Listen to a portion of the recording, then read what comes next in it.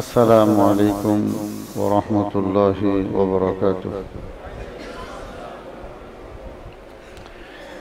نحمده ونصلي ونسلم على رسوله الكريم.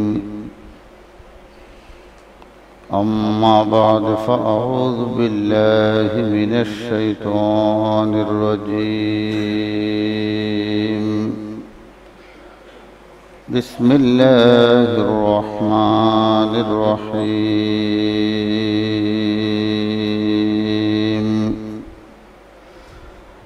حافظوا على الصلوات والصلاة الوسطى وقوموا لله قانتين. وأيضا في شان حبيبه إن الله وملائكته يصلون على النبي يا أيها الذين آمنوا صلوا عليه وسلموا تسليما. اللهم صل على محمد كما صليت على إبراهيم وعلى آل إبراهيم إنك حميد مجيد. اللهم بارك على محمد وعلى آل محمد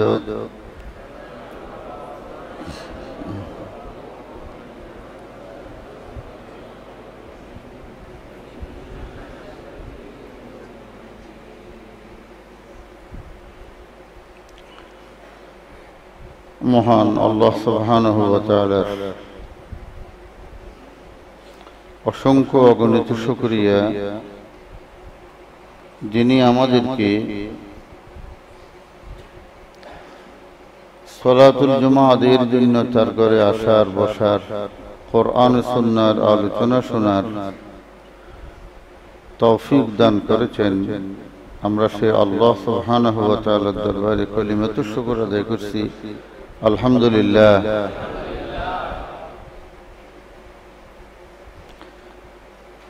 মোহতারাম হাজরিন, কোরআনুল কারীমের একটি আয়াতের কিছু অংশ পড়েছি সালাতের গুরুত্ব ও ফজিলত সম্পর্কে নিয়ে। ইসলামে সালাতের অবস্থান এবং তার ফজিলত গুরুত্ব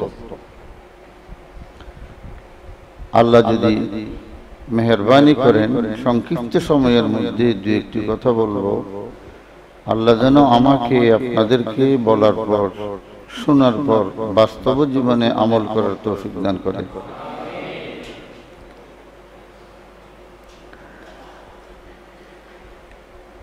ঈমানের পর একজন মুমিন নরনারীর উপর সবচেয়ে বড় ফরজ ইবাদত হলো 5 ওয়াক্ত সালাত সময় মতো আদায় করা। সালাত যেমন ফরজ, ঠিক ওয়াক্ত অনুযায়ী সঠিক ওয়াক্তে তাকে আদায় করা এটাও ফরজ। আল্লাহ পাক বলেছেন, ইন্নাস সালাতা কানাত আলাল মুমিনিনা কিতাবাম মাওকুতা। আল্লাহ বলে, আমি যেমন সালাত ফরজ করেছি ওয়াক্তের উপর নির্দিষ্ট করে সালাতকে পড়ার জন্য সময়ও বেঁধে দিয়েছি। আরবি ভাষায় সালাত অর্থ হচ্ছে প্রার্থনা করা।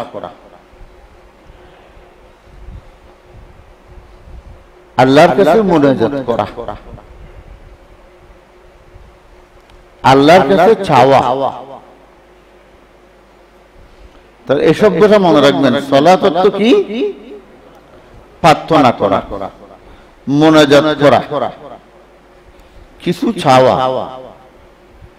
ইসলামের পরিবেশে সালাত অর্থ হলো রাসূলুল্লাহ সাল্লাল্লাহু আলাইহি ওয়াসাল্লামের শিখানো নির্ধারিত পদ্ধতিতে রুকু সাজদার মাধ্যমে আল্লাহর জিকির ও দোয়া করা। রাসূলুল্লাহ সাল্লাল্লাহু আলাইহি ওয়াসাল্লাম আমাদেরকে যেভাবে শিক্ষা দিয়েছেন রুকুতে এবং সাজদাতে যেই দোয়াগুলি যেমন ভাবে পড়া উচিত সেভাবে তাসবিহগুলি পড়া। সালাতের মূল রূহ হৃদয়ে হচ্ছে রুকু আর সাজদা।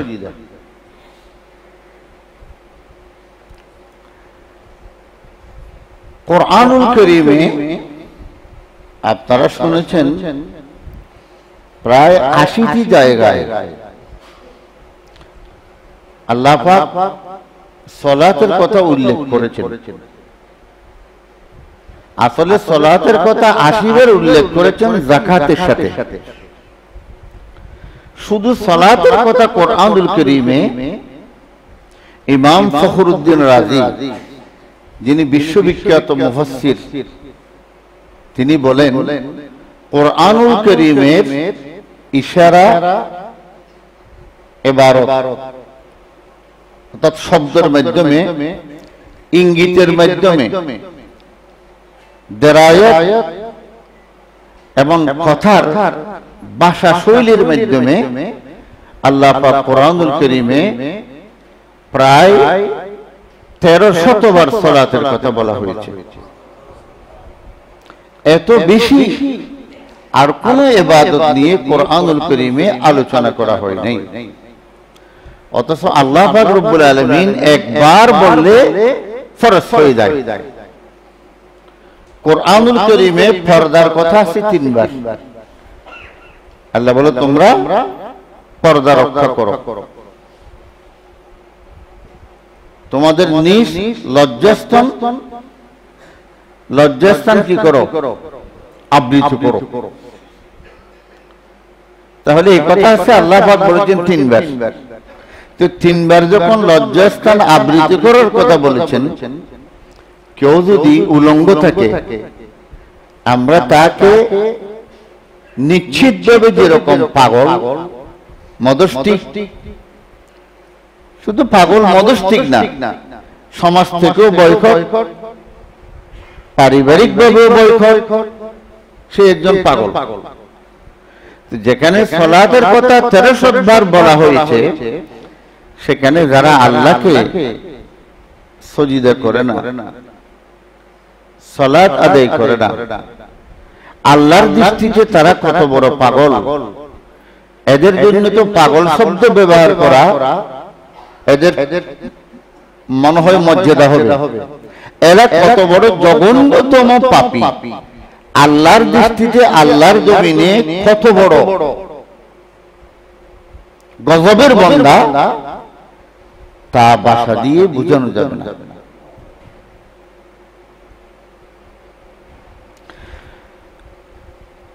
আল্লাহ পাক রব্বুল আলামিন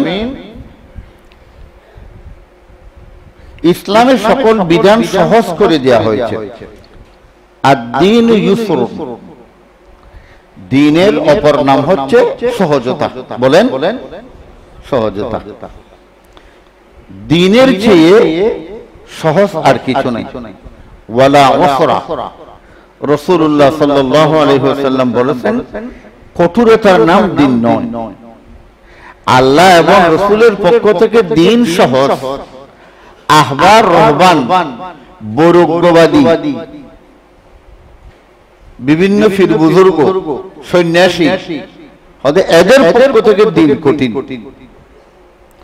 আল্লাহ এবং রাসূলের দেওয়া দ্বীন কি? সহজ। একজন মানুষ অসুস্থ,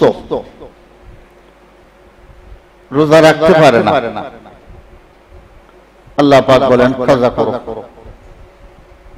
মুসাফির সফরে যাচ্ছে, আল্লাহ বলে রমজানের রোজা তুমি রেখো না, আসার পরে বাকি দিনগুলিতে রেখে দাও। কিন্তু আল্লাহ পাক রব্বুল আলামিন মুসাফির অবস্থায় সালাতকে সহজ করেছেন। কিভাবে? 4 রাকাত বিশিষ্ট ফরজকে 2 রাকাত করেছে। কিন্তু তারপরও আল্লাহ সালাতকে কি উঠিয়ে দেননি। সেজন্য রাসূলুল্লাহ সাল্লাল্লাহু আলাইহি ওয়াসাল্লাম বলেছেন, সালাত এমন একটি ইবাদত, আপনি অসুস্থ তখন কিভাবে সালাত আদায় করবেন, ইসলাম তার বিধান আছে। আপনি দাঁড়াতে পারেন না, বসেই সালাত আদায় করুন। বসতেও পারেন না, কোমরে সেই ক্ষমতা নেই, শুয়ে শুয়ে সালাত আদায় করুন। আপনি ভ্রমণে যাচ্ছেন, ফ্লাইটের উপর সালাত আদায় করুন। আপনি নদীতে নৌকার উপর সালাত আদায় করুন। আপনি এমন অসুস্থ হয়ে গিয়েছেন, হুঁশ আসছে, কিছুক্ষণ পরে আবার যাচ্ছে, এমত অবস্থায় আযান যখন দিবে তখন তাকে বলা হবে, আপনি আযান শুনতেছেন? যদি বলে হ্যাঁ, তাহলে তাকে বলবেন আপনি সালাত আদায় করুন। সেই যদি শোয়া অবস্থায় হুঁশ থাকে, যেভাবেই পড়ো সালাতে যেগুলি পড়ে হয়ে যাবে। আপনার কাপড় নেই, উলঙ্গ আপনার বেডরুমে সালাত আদায় করলে সালাত হয়ে যাবে। আপনাকে পড়তে হবে। মহিলা বাচ্চা গর্ভধারণ হচ্ছে, এখনো বাচ্চার মুখ বের হয়েছে কিন্তু রক্ত আসে নাই, তখনও সালাত আদায় করতে হবে। দেখছেন কি কঠিন ব্যাপার। একজন মানুষ জাহাজ ডুবে গিয়ে সাগরের গভীর পানিতে সাঁতার কাটছে, আটলান্টিক মহাসাগরের কোন একটি জায়গা থেকে তার কাছে আযানের শব্দ কানে পৌঁছলো, সে সাঁতার কাটবে আর সালাতে যেভাবে যেগুলি পড়ে সেই নিয়মে তাসবিহগুলি পড়তেই থাকবে, তারপরও মাপ নেই।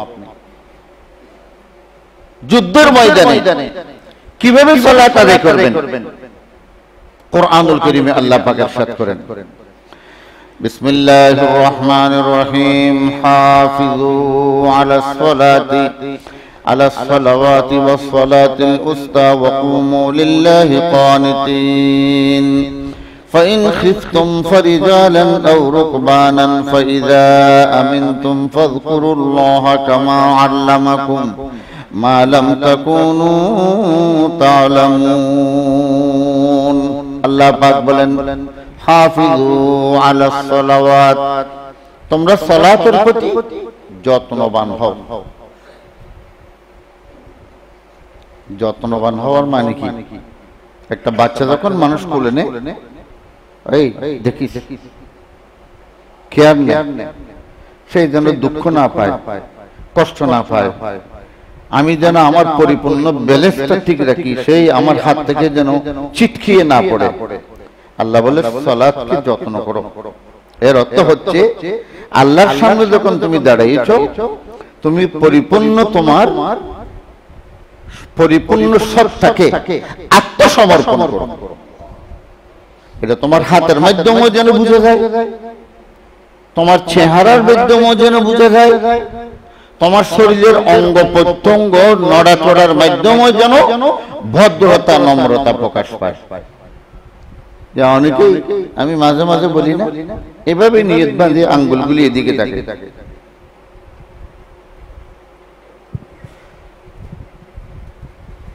এগুলি হচ্ছে যত্নবানের বিপরীত কাজ।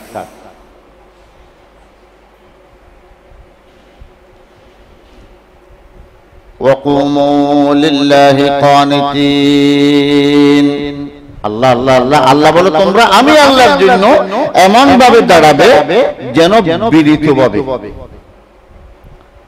আমরা একজন ওস্তাদ,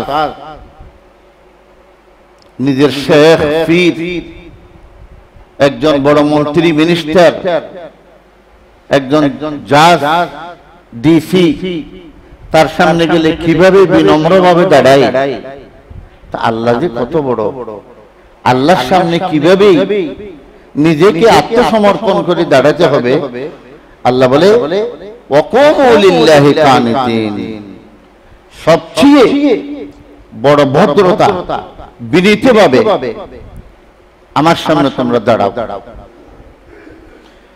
ফাইন খিফতুম ফারিজালান আও রুকবানান, আল্লাহ বলেন যদি তোমরা আশঙ্কিত থাকো, যুদ্ধের ময়দানের কথা বলতেছে, দুশমন তোমাদেরকে মারবে পিছন থেকে, অর্থাৎ যুদ্ধের ময়দানেও সাহাবায়ে কেরাম বদর, উহুদ, খন্দক, হুনাইন এগুলি করেছে আল্লাহর দ্বীনকে রক্ষা করার জন্য।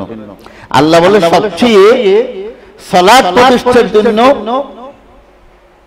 উহুদের যুদ্ধ করতে হয়েছে। বদরের যুদ্ধের উদ্দেশ্যেও সালাত প্রতিষ্ঠা করা। সালাত প্রতিষ্ঠা করা মানে আল্লাহর একত্ববাদ আল্লাহর জমিনে প্রতিষ্ঠা করা। আল্লাহ বলে যুদ্ধের ময়দানও সালাত মাপ নেই। সেনাপতিরা যখন যুদ্ধ করবে, একদল পাহারা দিবে আর একদল সালাত আদায় করবে। যুদ্ধের ক্ষেত্রে কিভাবে সালাত আদায় করবে আল্লাহ কোরআনুল কারীমে নীতিমালা দিয়েছে, খুব সহজ, যেন তাড়াতাড়ি নামাজ পড়ে ফেলতে পারে, কিন্তু তারপরেও মাফ করে নাই। ডক্টর ইকবাল খুব সুন্দর বলেছেন, आ गया आईने लड़ाई में अगर वक्त नमाज, आ गया आईने लड़ाई में अगर वक्त नमाज, क़िबला रोहू के ज़मी बोस हुई कौम हिजाज। হয়তো যুদ্ধের ময়দানে যখন সালাতের সময় চলে আসে, তখন হেজাজের লোকেরা, তার মানে আরববাসীরা, আল্লাহ রাসূলের সাহাবায়ে কেরাম তখন অস্ত্র জমিনের মধ্যে রেখে আল্লাহর দিকে মুতাওয়াজ্জিহ হয়ে যেতেন। क़िबला रोहू के ज़मी बोस हुई कौम हिजाज, बंदा वो साहिब मुख्ताज गनी एक हुए, तेरी सरकार में आती है सभी एक हुए। সালাত এমন একটি ইবাদত যে ইবাদতের মাধ্যমে আল্লাহ সমাজের মধ্যে সম্প্রীতি, ভ্রাতৃত্ব, সামাজিকতা, ঐক্যের বন্ধন, ভাই ভাই মিলন, সমাজ থেকে হানাহানি দূরীকরণ, এটা সালাতের মধ্যে আছে। কেমনে? এক ভাইয়ের সাথে আরেক ভাইয়ের ঝগড়া, এই রাস্তা দিয়ে দেখলে ও রাস্তা দিয়ে চলে যায়। হঠাৎ করে মসজিদের একামত শুরু হয়েছে, তখন তিনি সফের মধ্যে দাঁড়ানো, নিজেও দাঁড়ান না, তাড়াতাড়ি দৌড়িয়ে এসে পাশে দাঁড়িয়ে গেল। এখন রাস্তার মধ্যে যে দুশমনি ছিল, এখন এই দুশমনি আছে। তো নামাজ এটা হচ্ছে সমাজ সংস্করণের জন্য সবচেয়ে বড় ইবাদত। आ गया आईने लड़ाई में अगर वक्त नमाज, क़िबला रोहू के ज़मी बोस हुई कौम हिजाज, बंदा वो साहिब मुख्ताज गनी एक हुए, तेरी सरकार में आती है सभी एक हुए। अल्लाहु अकबर। সালাত এমন একটি জিনিস, বান্দা যখন মসজিদে যায়,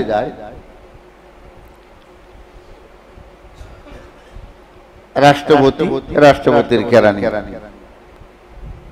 কখনো কোন জনসভায় একসাথে পাশাপাশিও বসতে পারে না, অনেক দূরে, কিন্তু চা নিয়ে যাচ্ছে চাকর হিসেবে, পান নিয়ে যাচ্ছে, নাস্তা নিয়ে যাচ্ছে, কিন্তু তার পাশে একই চেয়ারে বসা পরিবেশ নেই। আল্লাহ পাক বলেন মালিক শ্রমিক, ধনী মুহতাজ, ধনী তার কৃতদাস, একসাথে সালাতের পাশাপাশি দাঁড়িয়েছে। কোন বাপের পুতের এমন কোন ক্ষমতা নাই, এই বেটা আমার চাকর, আমার পাশে দাঁড়িয়েছে, পিছনের কাতারে যা, এরকম বলার কোন অধিকার আছে? সাহস আছে? আল্লাহ সালাতের মাধ্যমে এগুলি শিখিয়ে দিচ্ছেন। আমরা মসজিদে এসে বড় বড় দুই চারটা সাজদা দিয়ে চলে গেলাম, সমাজের কোনো শিক্ষা নিলাম না, তাও তো হতে পারে না। সালাত সমাজ সংস্করণের জন্য সবচেয়ে বড় ওষুধ, সবচেয়ে বড় ওষুধ। আল্লাহ পাক বলেন যুদ্ধের ময়দানে ফরিজালান আও রুকবানান ফাইযা আমিনতুম ফাযকুরুল্লাহা কামা আল্লামাকুম মা লাম তাকুনু তা'লামুন। আল্লাহ বলে অবস্থা যদি বেশি সংকটাপন্ন হয় তখনও সালাত মাপ নেই। আল্লাহ বলে যখন দৌড়তেছো তরবারি নিয়ে, এক দলে পাহারা দিবে এ সুযোগও নেই। তুমি আবু জেহেল, আবু লাহাব, উতবা সাহেবকে মারার জন্য তরবারি নিয়ে দৌড়তেছো, আল্লাহ বলে তখনই তাকবীরে তাহরিমাতে মেনে মনে মনে যা পড়ে যতদূর পারো ততদূর পরিশেষ করে দাও, আমি সালাত হিসেবে গণ্য করে নেব। তখনও মাপ নেই। আমরা সালাতকে দায়িত্ব মনে করি। কি মনে করি বলেন? দায়িত্ব মনে করি। আসলে সালাত কোনো দায়িত্ব নয়। সালাত হচ্ছে আল্লাহ আমাদেরকে সুযোগ দিয়েছেন। আল্লাহ আমাদেরকে কি দিয়েছেন?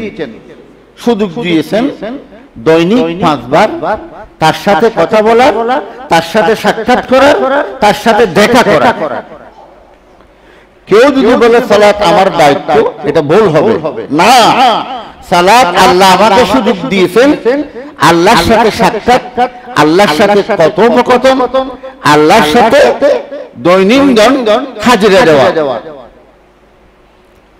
বিসমিল্লাহির রহমানির রহিম। قد أفلح المؤمنون الذين هم في صلاتهم خاشعون। আল্লাহ পাক বলেন قد أفلح المؤمنون। قد আল্লাহ বলেন নিশ্চয় সফল কাম হয়েছে, এরাই ভাগ্যবান। এদের ব্যাপারে আর কোনো চিন্তা নাই, এরাই সফলতা অর্জন করেছে। ওই মুমিন, কোন মুমিন? আল্লাযীনা হুম ফি সালাতিহিম খাশিউন, যারা তার সালাতের মধ্যে মনোযোগ এবং অন্তর দিয়ে বিনয়ের সাথে সালাত আদায় করেছে, মনোযোগিতার সাথে সালাত আদায় করেছে, অত্যন্ত বিনয় নম্রতার সাথে। আল্লাহ বলে তারাই কি সফল কাম হয়েছে। قد أفلح من تزكى وذكر اسم ربه فصلى। আল্লাহ বলে সেই ব্যক্তি সফলতা অর্জন করেছে, সেই ব্যক্তির তাযাক্কা, তাজকিয়াতুন নফস, কলব পরিষ্কার হয়েছে। আল্লাহ বলে ওই বান্দার কলব পরিষ্কার হয়। কোন বান্দার? ওয়া যাকারা ইসমা রাব্বিহি ফাসাল্লা, যে সালাতের মধ্যে আল্লাহর জিকির করে। আল্লাহু আকবার। সালাতের মধ্যে জিকির মানে সূরা ফাতিহা পড়া, এটাও সালাতের জিকির। কিরাত করা, এটাও জিকির। কোরআন তেলাওয়াতকে জিকির বলা হয়। ওয়া আকিমিস সালাতা লিযিকরি, আল্লাহ বলে সালাত আদায় করো আমি আল্লাহর শরণার্থে। লিযিকরি, সালাত আদায় করো আমার জিকিরের জন্য। এখানে জিকির মানে আল্লাহর শরণ। সালাত হলো মানুষের পরিপূর্ণ মানুষ হওয়ার একমাত্র যন্ত্র, মাপকাঠি, পথ।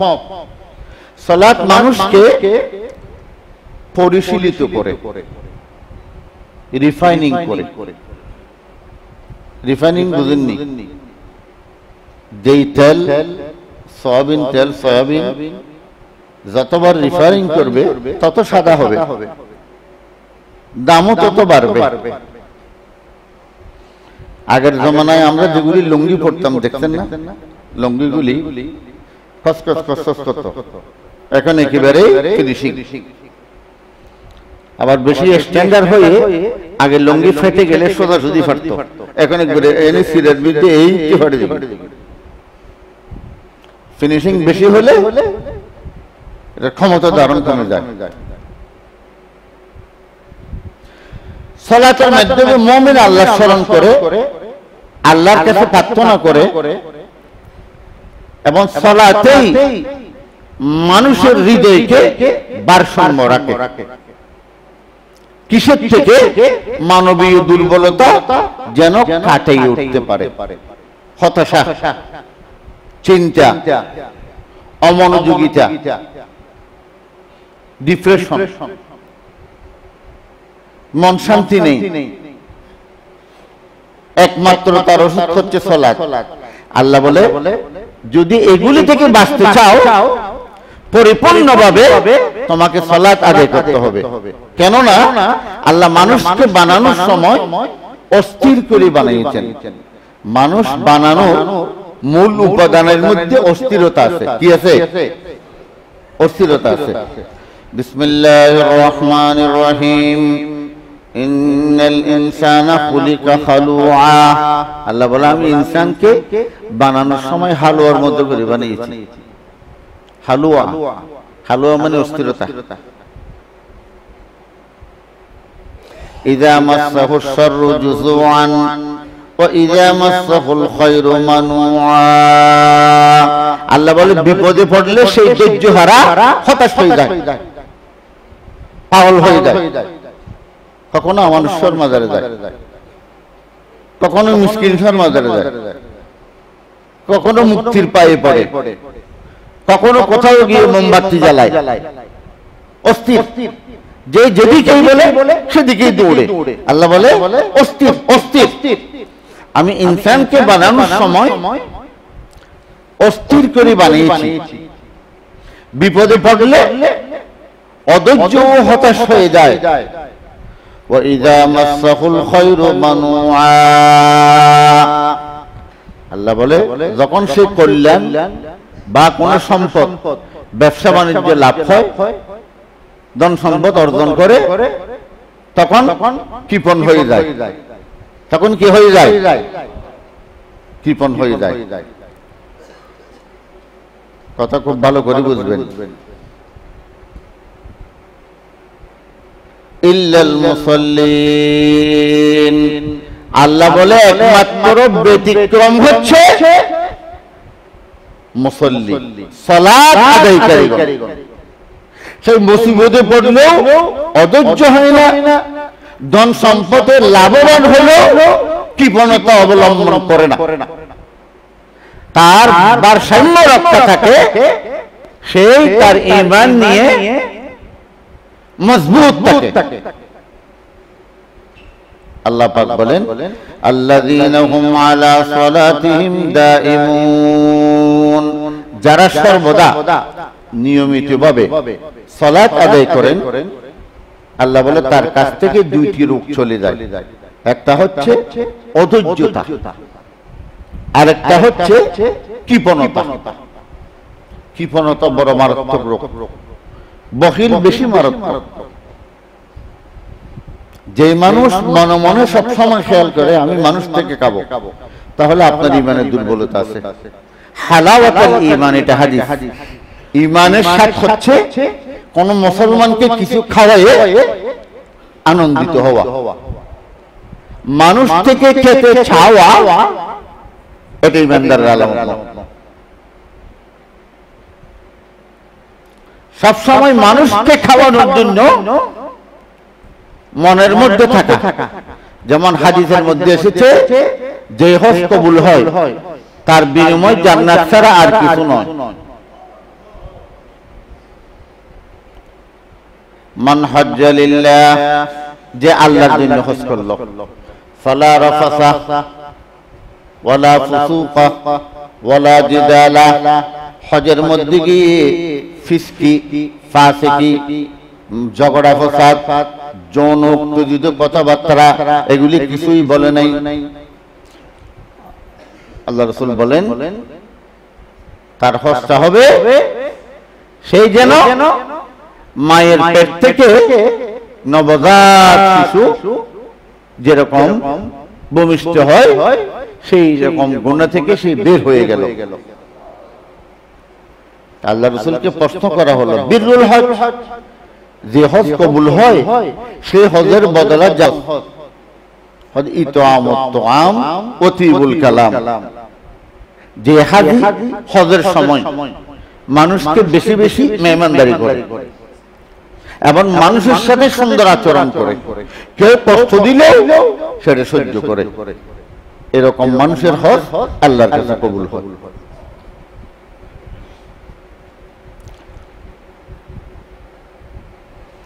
সম্মানিত হাজিরিন, সালাত গুনাহ মার্জনার অন্যতম উপায়। বুখারী এবং মুসলিমের একটি হাদিস, আরাআইতুম লাউ আন্না নাহারান বিবাবি আহাদিকুম ইয়াগতাসিলু ফীহি কুল্লা ইয়াওমিন খামসান মা তাকুলু যালিকা ইউবতি মিন দারনিহি।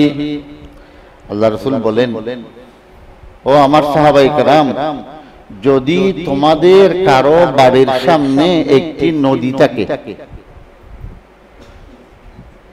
একটি হাদিসে এসেছে নাহারিন জারিন গামরিন, নদীটা এমন নদী চলন্ত, তার মানে জোয়ার বাড়া হয়, গামরিন এবং এই নদীতে খুব গভীরতা বেশি,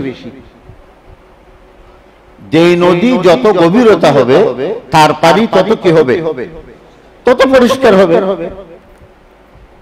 জারিন চলন্ত, পানি উঠানামা করে। হয়তো বলো তো দেখি, কেউ যদি এরকম নদীতে 5 বার গোসল করে, তার গায়ে কোনো ময়লা আবর্জনা থাকতে পারবে? পারবে না। তা আল্লাহ রাসূল সাল্লাল্লাহু আলাইহি ওয়াসাল্লাম বলেন, অর্থাৎ 5 ওয়াক্ত সালাত হচ্ছে এক ওয়াক্ত থেকে আর এক ওয়াক্তের জন্য গুনাহের কাফারা। দৈনন্দিন 5 বার যে ব্যক্তি ওযু করবে, ওযুর সাথে আল্লাহ পাক রব্বুল আলামিন যোহর থেকে আসর পর্যন্ত যে গুনাহ করা হয়েছে, আসর থেকে মাগরিব পর্যন্ত যে গুনাহ করা হয়েছে, প্রত্যেক ওয়াক্তের ওযুর সাথে তার গুনাহগুলি আল্লাহ পাক রব্বুল আলামিন শরীর থেকে ওযুর পানির সাথে সাথে আল্লাহ পাক মাটিতে ফেলে দিচ্ছে। মান তাওয়াজ্জা ফা আহসানাল উযুআ, আমার যে উম্মত খুব সুন্দরভাবে ওযু করলো। সুন্দর ওযু মানে ওযুর মুস্তাহাব, ওযুর সুন্নাত সবটুকু আদায় করা, ওযু করার সময় কথা না বলা। একটা কথা মনে রাখবেন, যারা ওযুর সময় কথা বলবে ওযু ভেঙে যাবে, এই কথাটা মনে রাখবেন। এটা বড় আশ্চর্য মশলা। ওযুখানায় বসে আপনি পানি ছেড়ে ওযু করতেছেন, ওই সময় কারোর সাথে কথা বলতেছেন, কারণ ওযু ফরজ, মুকদ্দমাতুল ওযু ফিল ওযু। কেউ যদি কথা বলে ওযু হবে না। যখন থেকে কথা বলছেন তার পরবর্তী থেকে আবার ওযু শুরু করতে হবে। মসজিদের ওযুখানা থেকে ওযু করে নামাজ পড়লে সওয়াব পাবেন শতকরা 10টা। বাড়ি থেকে ওযু করে আসলে সওয়াব পাবেন 100টা। কয়টা? হ্যাঁ, 100টা। মসজিদের ফ্যানের নিচে জিকির আজকার করলে, ফতোয়া শামিতে আছে, এটা গুনাহ হবে। কারণ যতক্ষণ জিকির আপনি করবেন ফ্যানের নিচে, ততক্ষণের বিল আপনাকে পরিশোধ করতে হবে। কারণ মসজিদ শুধু ফরজ সালাত আদায়ের জন্য, নফল সালাত বাড়িতে পড়া সওয়াব বেশি। নফল মসজিদে পড়লে 1 রাকাতে সওয়াব, আর নফল নামাজ বাড়িতে পড়লে 1 রাকাতে 70 রাকাতে সওয়াব। ফরজ নামাজ মসজিদে পড়লে 1 রাকাতে 27 রাকাতে সওয়াব, আর ফরজ নামাজ বাড়িতে পড়লে 1 রাকাতে সওয়াব। আর যদি আবিরাম 1 সপ্তাহ কোনো অসুস্থ ছাড়া কেউ যদি ফরজ বাড়িতে পড়ে, মসজিদে না যায়, সমস্ত উলামায়ে কেরাম বলেছেন তার সালাত হবে না।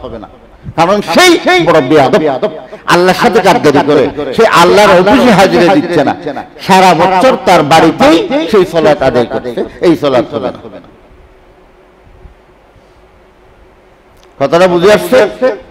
কারণ শুধু সালাত আদায় না, নির্দিষ্ট সময় আল্লাহর ঘরে এসে আল্লাহকে হাজিরা দেওয়া।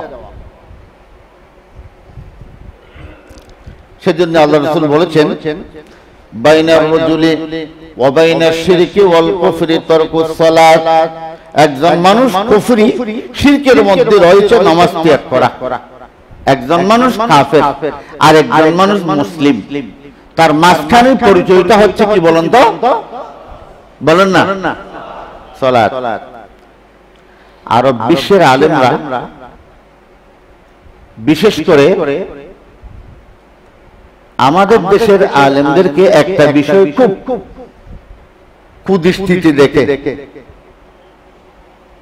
সেটা কি, নামাজ ত্যাগকারী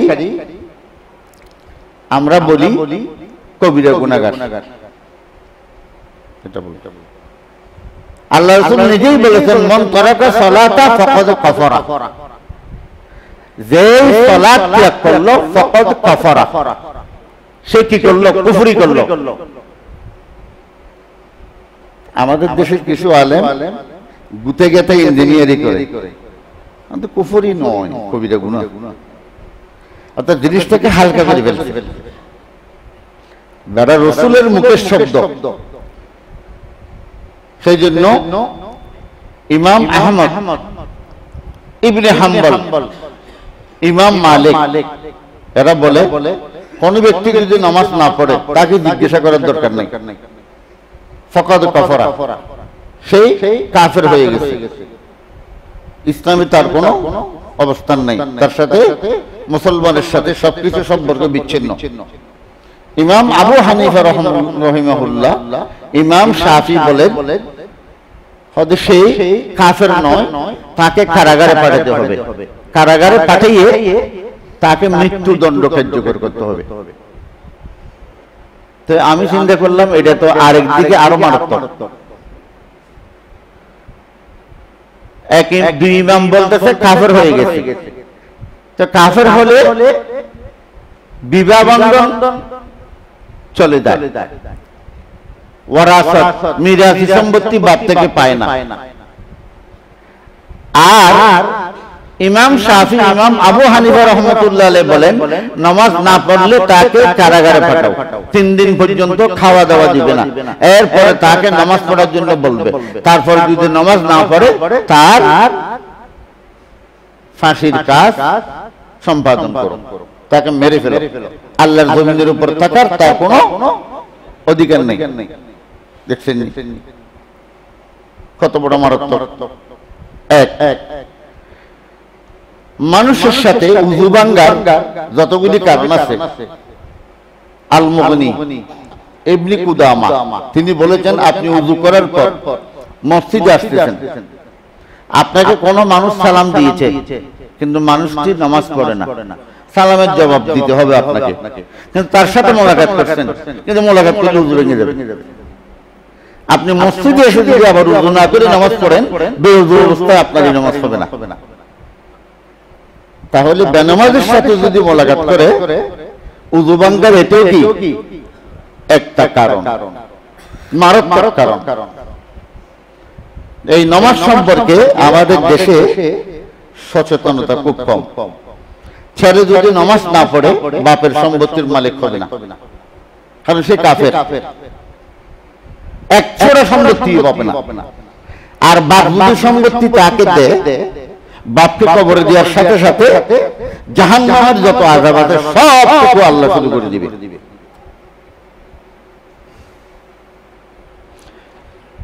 বাইনা রাজুল ওয়া বাইনা শিরক, একজন মানুষ আর শিরকের মধ্যে মাঝখানে পর্দা হচ্ছে সালাত।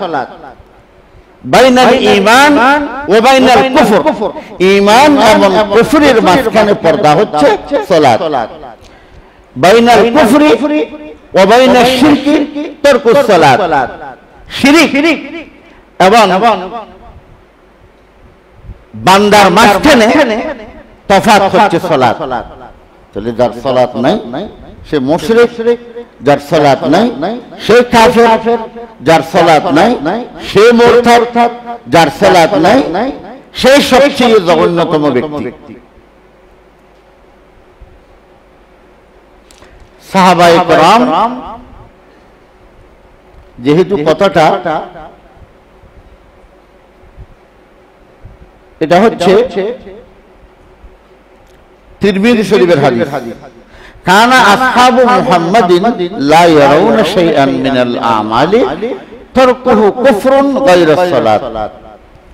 হযরত সাহাবায়ে কেরাম যখন জীবিত ছিলেন, সাহাবীদের সমাজে, সাহাবীদের জীবনে, সোনালী যুগে নামাজ পরিত্যাগকারীকে যে ঘৃণার দৃষ্টিতে দেখা হতো, তারা সবাই তারকুহু কুফরুন, নামাজ ত্যাগকারীকে সমস্ত সাহাবায়ে কেরাম কাফের বলে গণ্য করতেন। আল্লাহু আকবার।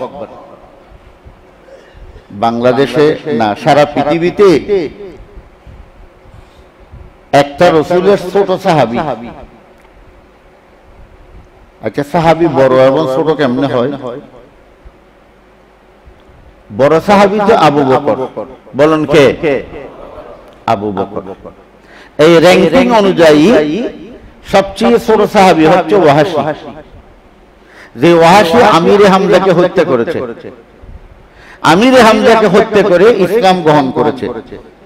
তো আল্লাহ রাসূল তাকে বলেছিলেন, ওয়াহাশী, তুমি যতদিন বেঁচে থাকবে আমার সামনে বসবে না, আসলে আমার পিছনে বসবে। এখন তুমি যখন ইসলাম গ্রহণ করেছো,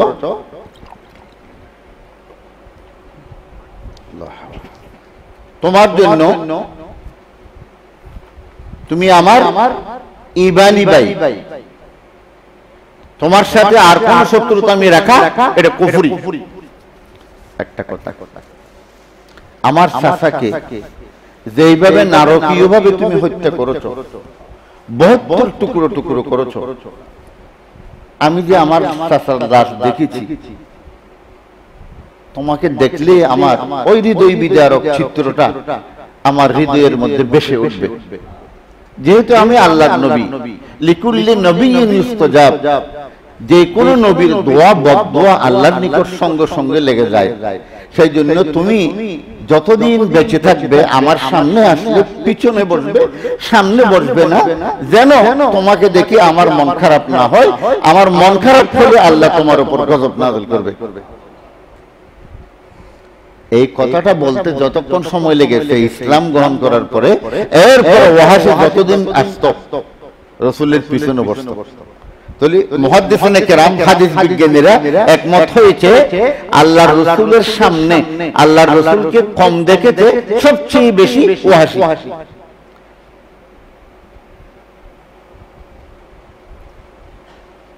আব্দুল কাদের জিলানী রাহিমাহুল্লাহ, তিনি তো অনেক বড় আলেম। কত বড় আলেম বুঝাতে পারবো না।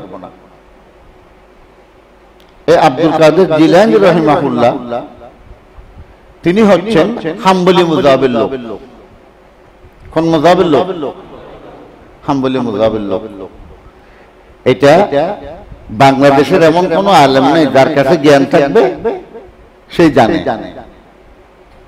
তা আমাদের দেশে আমরা হানফি মুযাহিবের লোক হয়ে একদিকে ইমাম আবু হানিফার তাকলিদ করি, আবার আরেকদিকে কাদেরিয়া তরিকার বাইত হই।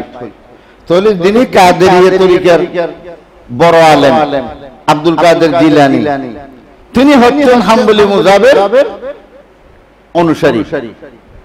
তাহলে কথাটা কিরকম হলো? আমি মাঝে মাঝে একটা যুক্তি দিই, আসলে দুনিয়া পাগল হয়ে গেছে। তো একজন মানুষ, একই মানুষ, আওয়ামী লীগের সেক্রেটারি, বিএনপির সভাপতি। কথাটা বুঝেন? আওয়ামী লীগের সাধারণ সম্পাদক আর বিএনপির সভাপতি। এদিকে হানফি মুযাহিব, আবার ওদিকে কাদেরিয়া তরিকার বাইত। কথাটা বুঝেন? আপনি আশ্চর্য হয়ে যাবেন। আলেমরা জানে ঈমান কি লিকুইড, বাড়ে না কমে। ইমাম আবু হানিফা বলেন ঈমান বাড়েও না কমেও না, ঈমান ঠিক থাকে। ইমাম আহমদ ইবনে হাম্বল বলেন ঈমান বাড়ে, ঈমান কমেও। সৎ কাজ করলে ঈমান বাড়ে। আল্লাহ পাক বলেছেন ওয়াইযা যিকিরাল্লাহ যাদাতকুম ঈমানান। কোরআন শরীফ অনেক জায়গায় আছে ইমান বাড়ে। ইমান বাড়ে কেমনে এই ব্যাপারে মুহাদ্দিসিনদের মধ্যে অনেক ব্যাখ্যা আছে। এই জন্য ইমাম আবু হানিফাকে আব্দুল কাদের জিলানী রহমতুল্লাহি আলাইহি গালি দিয়েছে, হয়তো কানা বাযুন নাস, এটা আব্দুল কাদের জিলানীর কথা। তার মানে ইমাম আবু হানিফা এটা বাযুন নাস, তার মানে ওকে গণাতে আসে এরকম লোক না। এগুলো মুহাদ্দিসিনদের ইসতিলাহ, আপনারা বুঝবেন না কি কারণে। ওই কারণে, কারণ তিনি ছিলেন হাম্বলি মুযাহিদ। এখন আমাদের দেশে তো এগুলি বুঝে না, ইতিহাস জানে না। আব্দুল ওয়াহাব নজদি বললে গালি দেয়। আরে আব্দুল ওয়াহাব যিনি আরবে সংস্কার করেছে, তার কারণে আজকে সেখান থেকে মাজার বন্ধ। আল্লাহর জমিনে পৃথিবীতে এমন একটি জায়গা আছে, আপনি যে কোনো মুসলিম রাষ্ট্র ধরুন, প্রতিটি রাষ্ট্রে প্রতিটি ধর্মের কি আছে ইবাদতখানা আছে।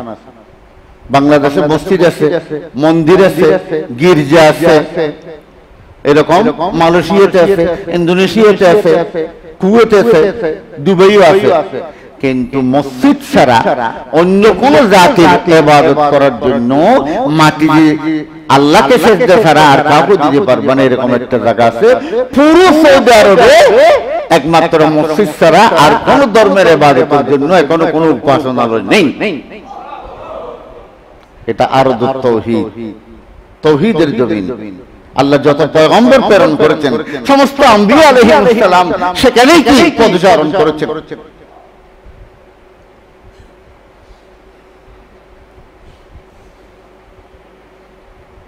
যাক ঈমান সালাত না পড়লে ঈমান থাকে না। একজনে বলে হুজুর আমি সালাত না পড়িও ভালো মানুষ, এই ধরনের কথা মুখ থেকে আনা মানে নিশ্চিতভাবে সেই ঈমানকে হারিয়ে ফেলছে। যার কারণে ঈমান হারিয়ে ফেললে মানুষের মুখ থেকে এই ধরনের কথা আসে। মানুষ যখন কোন মুসিবতে পড়ে আল্লাহর কাছে বারবার দোয়া করে, তখন শয়তান তার পিছনে লেগে যায়। কারণ আপনি যখন দোয়া করবেন, আল্লাহর কাছে কিছু বলবেন, চাইবেন, হাত তুলবেন, লাভ ছাড়া কোনো ক্ষতি নেই। হাত তুললেও তার বিনিময়ে আল্লাহ কিছু দিবে, আপনি মুখ দিয়ে বললেও কিছু দিবে, মনে মনে বললেও দিবে। এখন শয়তান তো রাগ, সেই বলে তারে কিভাবে চেষ্টা করি।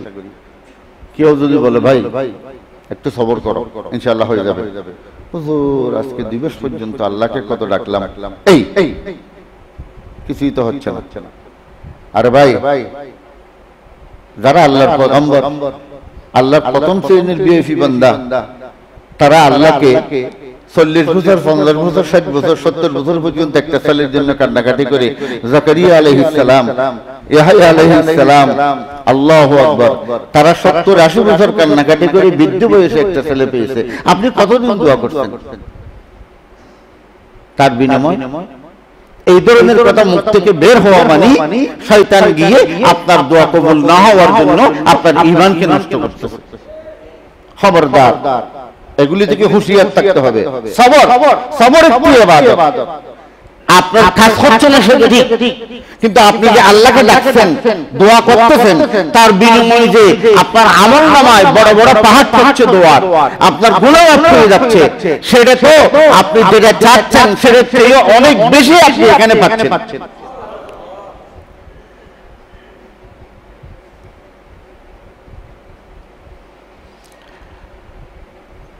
সালাত হচ্ছে গুনাহ মাফের একমাত্র বড় তওবা। তওবা দুই রকম আছে, একটা মনে মনে আস্তাগফিরুল্লাহ বলে তওবা করা, আর একটা হচ্ছে নামাজের মাধ্যমে তওবা করা। এবার দেখলাম umrahতে যাচ্ছিলাম বাংলাদেশে, বিমান, আমাদের বাংলাদেশ বিমান বর্তমান নিজস্ব 22টা বিমান আছে, তার মধ্যে বোয়িং আছে 4টা। আগে খাওয়া দাওয়ার পরে অন্ধকার হওয়ার জন্য জানালার শার্ট নামিয়ে দিত। তা আমি ফার্স্ট ক্লাসে বসছি, দেখতেছি কি শার্টটা নেই। কিছুক্ষণ পরে দেখলাম অটোমেটিক কালো হয়ে গেছে। তখন আমি বুঝতে পারছি আরো আপগ্রেড হয়েছে, জানালার দরকার নেই, সুইচের কারণে বাস আলো আর আসতেছে না। টয়লেটে গেলাম, এক পাশে গরম পানি আসতো, এক পাশে ঠান্ডা পানি। এখানে ছোট্ট জায়গাটা এভাবে টিপ দিতে হয়, এখন দেখতেছি আর টিপ দিতে হচ্ছে না, হাত দিলাম পানি আসছে। এগুলো আমরা মিনাতে এই থেকে 20 বছর আগেও দেখছি। বড় বড় মার্কেট মহলে আমাদের এখানেও হয়ে গেছে, আর বুঝাতে কষ্ট নেই। সামনে আয়নার দরজা বন্ধ, আপনি যাচ্ছেন সেঞ্চুরির সাথে, আপনার রক্তের সাথে সম্পর্ক, বাস খুলে যাচ্ছে, বন্ধ হচ্ছে, খুলে যাচ্ছে। নামাজের সাথে একটা তওবা আছে, এই তওবা হচ্ছে অটোমেটিক মেশিনের মধ্যে রোলিং হচ্ছে। আল্লাহুম্মা ইন্নী যালামতু নাফসি যুলমান কাসীরান ওয়া লা ইয়াগফিরুয যুনুবা ইল্লা আনতা ফাগফির লি মাগফিরাতাম মিন ইনদিকা ওয়ারহামনি ইন্নাকা আনতাত তাওয়াবুর রহিম। এর চেয়ে বড় তওবা আর নাই। এক সাহাবী মদিনাতে খেজুর বিক্রি করত। একটা মহিলা খেজুর কেনার জন্য আসছে। মহিলাটিকে দেখার পর ওই সাহাবীর মনের মধ্যে কুমন্ত্রণা আসলো। মুসলিম শরীফের হাদিসে আছে, মহিলাকে বলল, খেজুর আরো ভালো আছে, তুমি একটু ভিতরে আসো। বুখারীর হাদিসে এসেছে, মহিলাকে বলল খেজুর ভালো আছে, ভিতরে আসো। ইমাম মুসলিম বলেন, ভিতরে যাওয়ার পরে তাকে চুমু দিল, আরো কিছু করলো। ইমাম বুখারী বলে শুধু চুমুটা দিয়েছে, আর কিছু করছে প্রমাণ নেই। এখন সাহাবী তো পাগল হয়ে গেছে, এই রোগের চিকিৎসা কোথায় পাবো? আমি তো বড়ই অন্যায় করেছি, আমি তো বড়ই মারাত্মক গুনাহের কাজ করেছি। ডাক্তার কোথায়, ডাক্তার কোথায়, ডাক্তার কোথায়? আল্লাহ রাসূল সাল্লাল্লাহু আলাইহি ওয়াসাল্লামের সামনে গেল, সামনে গিয়ে বলল, ইয়া রাসূলুল্লাহ ইন্নী আহলাকতু ওয়া আহলাক, আমি তো নিজেও ধ্বংস হলাম, অপরের পবিত্রতাও নষ্ট করে দিলাম। আল্লাহ রাসূল বুঝতে পারলেন, তুমি থাকো। তখন যোহরের সালাতের সময়, আসরের সালাত পড়লো আল্লাহ রাসূলের পিছনে। আল্লাহ রাসূলের সামনে গিয়ে এইভাবে চেহারার দিকে তাকিয়ে থাকলো। অর্থাৎ বাড়ি তো দূরে, গ্রাম্য লোক, চলে যেতে হবে, মাগরিব হলে অন্ধকার হয়ে যাবে। আল্লাহ রাসূল কিছু বলতেছে না। আচ্ছা, মাগরিবের নামাজও পড়লো, আবার আল্লাহ রাসূলের চেহারার সামনে দিয়ে এভাবে তাকিয়ে আছে। আল্লাহ রাসূল কিছুই বলল না। এশারের নামাজ পড়লো, নামাজ পড়ার পরে আল্লাহ রাসূলের সামনে গিয়ে এইভাবেই তাকিয়ে আছে। আল্লাহ রাসূল বলে, থাকো। ফজরের সালাত আল্লাহ রাসূল জামাত পড়াই মুক্তাদিদের সামনে মনোনিবেশ করলেন। এদিকে পূর্ব দিকে বসলেন। আদা আইনাস সাইল, মনিস সাইল, ওই ব্যক্তি কোথায়? আদা নাম, ইয়া রাসূলুল্লাহ, আমি আছি। আল্লাহ রাসূল বলেন, শোনো, আল্লাহ গত রাতে তোমার ব্যাপারে আমার কাছে ওহী পাঠিয়েছে। ওয়াকিমিস সালাতা তরফাইন নাহার ওয়া যুলফাম মিনাল লাইল ইন্নাল হাসানাতি ইউযহিবনাস সাইয়্যাত যালিকা যিকরা লিয-যাকিরিন। ওয়াকিমিস সালাতা তরফাইন নাহার, দিনের শুরুতেই যখন 2 রাকাত 2 বেলা নামাজ পড়েছো, দিনের শেষে যখন 2 বেলা নামাজ পড়েছো, রাতে যখন নামাজ পড়েছো, নবীর পিছনে ইক্তেদা করেছো, আল্লাহ আল্লাহ আল্লাহ আল্লাহ, তাহাইয়ার মসজিদের মধ্যে, তাহাইয়ার বৈঠকের মধ্যে বসে আল্লাহর কাছে তওবা করেছো, আল্লাহ পাক রব্বুল আলামিন নামাজের কারণে, নামাজের তওবার কারণে তোমার গুনাহ মাফ করে দিয়েছে। ওয়া আকিমিস সালাতা তরফাইন নাহার ওয়া যুলফাম মিনাল লাইল ইন্নাল হাসানাতি ইউযহিবুনাস সাইয়্যাত। আল্লাহ তোমার গুনাহগুলিকে সওয়াব দিয়ে পরিবর্তন করে দিয়েছে। আল্লাহু আকবার। শুধু তোমার গুনাহ মাফ করে দিয়েছে তা না,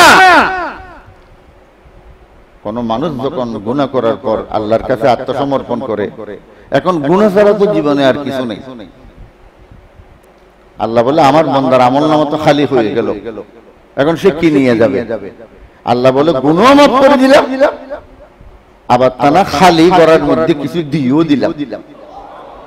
ওয়া আকিমিস সালাতা তরফাইন নাহার ওয়া যুলফাম মিনাল লাইল ইন্নাল হাসানাত ইউযহিবুনাস সাইয়্যাত যালিকা যিকরা লিয-যাকিরিন। আল্লাহকে স্মরণ করার জন্য, আল্লাহকে রাজি করার জন্য, আল্লাহ সন্তুষ্টি পাওয়ার জন্য সালাতের দিয়ে কোনো বড় ইবাদত আর নাই। আল্লাহই কথা বলতেছেন, আউয়ালু মা ইউহাসাবু বিহিল আবদু ইয়াউমাল কিয়ামাতি। কিয়ামতের ময়দানে সর্বপ্রথম আল্লাহর কাছে বান্দাকে কিসের জবাব দিতে হবে বলেন তো? আল্লাহ রাসূল বলেন মিন আমালিহি সালাতুহু ফাইন সালুহাত ফাকাদ আফলাহা ওয়া আনজাহা। ফেরেশতারা প্রথম চেক করবে কি? বিদেশ থেকে আসার সময় স্ক্যানিং মেশিনের মধ্যে আপনি যখন লাগেজ দিবেন, এরা প্রথম চায় কোন সন্দেহের বার্তা আসেনি। এটা না থাকলে আর বেশি দৃষ্টি দেয় না। তা আমলনামার ফেরেশতারাও প্রথম দেখবে নামাজটা ঠিক মতো আসেনি, নামাজ ঠিক মতো আছে, অন্য ইবাদত ঠিক মতো নেই। আল্লাহ রাসূল বলেন অন্যান্য ইবাদত নির্ভর করবে নামাজ পরিপূর্ণ ফাউন্ডেশন হিসেবে থাকার পর। যার নামাজের মধ্যে ভুল ত্রুটি ধরা পড়ে যাবে, অন্যান্য ইবাদত হাজারো থাকলেও তা গ্রহণযোগ্য আর হবে না। আর যদি নামাজ পরিপূর্ণ ঠিক থাকে, অন্যান্য ইবাদত যদি ঠিক নাও থাকে, সে পার হয়ে যাবে। সে কি হয়ে যাবে? পার হয়ে যাবে। আল্লাহু আকবার। মান সাল্লা লিল্লাহি 40 ইয়াওমান ফি জামাআতিন ইউদরিকু তাকবীরাতাল উলা কুতিবাত লাহু বারাআতুন মিনান নার ওয়া বারাআতুন মিনান নিফাক। মুসলিম শরীফ হাদিসটি সহিহ। আল্লাহ রাসূল বলেন যে ব্যক্তি আল্লাহর জন্য 40 দিন প্রথম তাকবীর সহ পরিপূর্ণ নামাজ জামাতে আদায় করবে, আল্লাহ তাকে দুইটি পুরস্কার ঘোষণা দিবে। একটা হচ্ছে জাহান্নাম থেকে মুক্তি, আর একটা হচ্ছে মুনাফিকি থেকে মুক্তি। কয়দিন?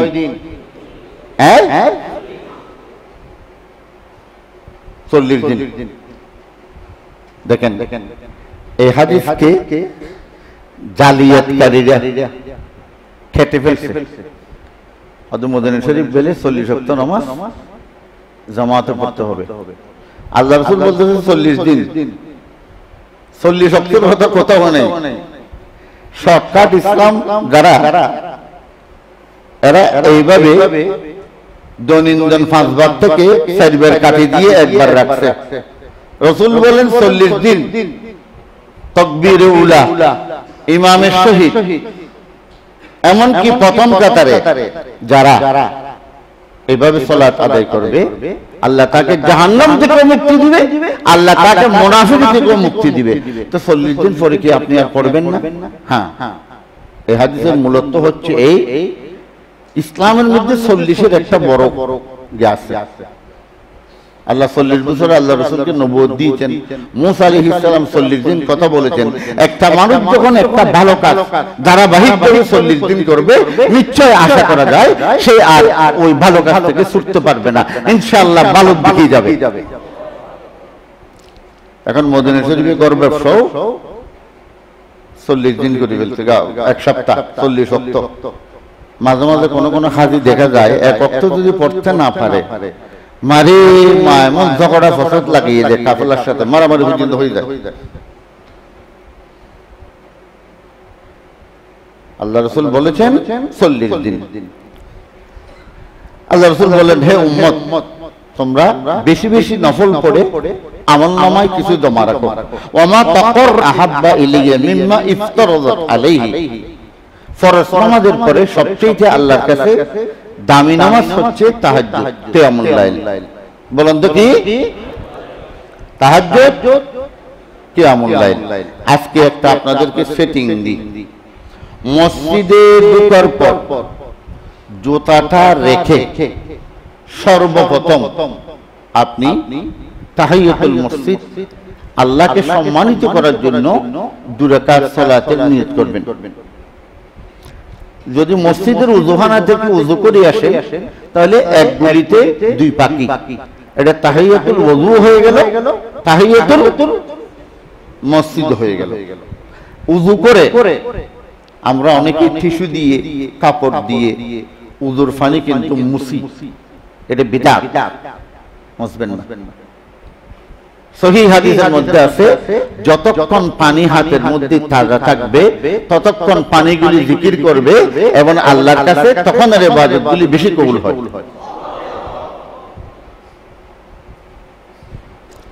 এক অনেকে গড়ি দেখে, অর্থাৎ আমি 4 রাকাত পড়তে পারবো কিনা, আল্লাহর কসম গড়ির দিকে তাকাবেন না। আপনি নিয়ত বানছেন 2 রাকাত তাহিয়াতুল মসজিদের, সূরা ফাতিহা শুরু করছেন, মুয়াজ্জিন ইকামত দিয়ে দিয়েছে, আল্লাহু আকবার আল্লাহু আকবার। আপনি দাঁড়ানো অবস্থায় একদিকে সালাম ফিরেই বাস জামাতে হাজির হয়ে যাবেন। এবারে কষ্ট ছাড়া 2 রাকাত নামাজ পড়তে যা লাগে আপনি 5 মিনিটের জায়গায় 10 সেকেন্ডে 2 রাকাত তাহিয়াতুল মসজিদের সওয়াব আমলনামায় উঠে গেল।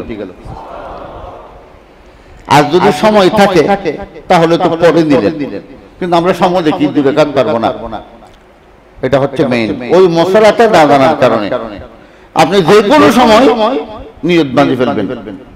ইকামতের যখন আল্লাহু আকবার শুরু করবে, যে অবস্থায় আছে সেই অবস্থায় সালাম ফিরে দিবেন।